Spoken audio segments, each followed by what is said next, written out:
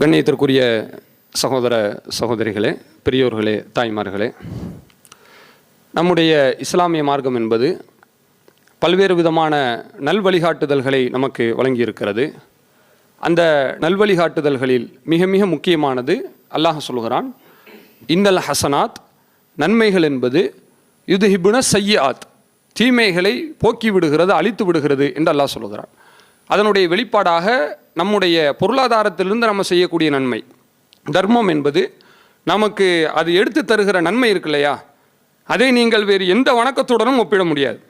நாம் தொழுகிறோம் என்று சொன்னால் அது நமக்கான நன்மை, அதே நேரத்தில் நோன்பு வைக்கிறோம் என்றால் அது நமக்கான நன்மை, அதனுடைய வட்டம் சிறியது தான். ஆனால் தர்மம் செய்வதென்பது நம்மை தாண்டி இன்னொரு நபர்கள் அதனால் பலன் பெறும் பொழுது அந்த நன்மையும் சேர்த்து அல்லாஹ் நமக்கு தருகிறான் என்பதுதான் தர்மத்தில் இருக்கிற ஒரு தனித்துவமான நன்மை. அதிலும் எப்படி அல்லாஹ் அதை நமக்கு திருப்பி தருகிறான் என்றால், ஒன்றாக இரண்டாக கொஞ்ச நஞ்சமாக கிடையாது.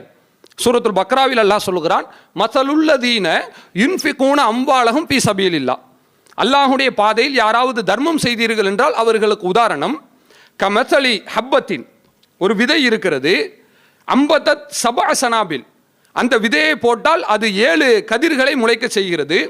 ஃபீ குல்லி சும்புலத்தின் மிஅத்து ஹப்பா, ஒவ்வொரு கதிரிலும் 100 தானியங்கள் இருக்கிறது. நன்றாக கவனியுங்கள், போட்டது ஒரு தானியம், வந்தது 7 கதிர், ஒரு கதிரில் 100 தானியம், 7 × 100 700 தானியம்.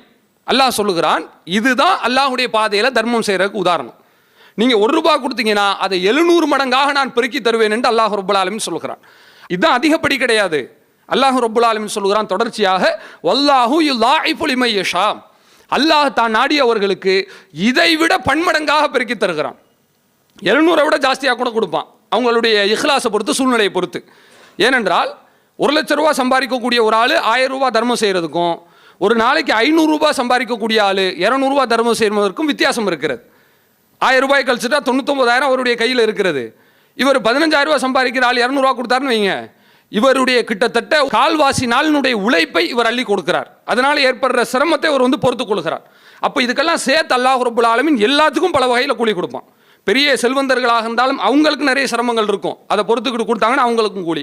ஏழ்மையானவர்களாக இருந்தால் அவர்களுக்கும் சிரமங்கள் இருக்கும், அதை பொறுத்து கொண்டு கொடுத்தால் அதுக்கும் கூலி. இன்னஹு அலீமும் பிதாத்தி சுதூர், அல்லாஹ் ரப்புல் ஆலமீன் உள்ளங்களை அறிகிறான் என்று குர்ஆன் சொல்கிறது. ஆக அந்த அடிப்படையில் நாம் தர்மத்திற்காக வேண்டி எப்பொழுது நம்ம இடத்தில் அறிவிப்பு செய்யப்பட்டாலும் கூட கொஞ்சம் கூட சலனம் இல்லாமல், தயக்கம் இல்லாமல், அதை பற்றி யோசனை இல்லாமல் அதிகமாக கொடுக்கிறோம் என்று சொன்னால் அது நம்முடைய மறுமைக்கான ஒரு முதலீடு.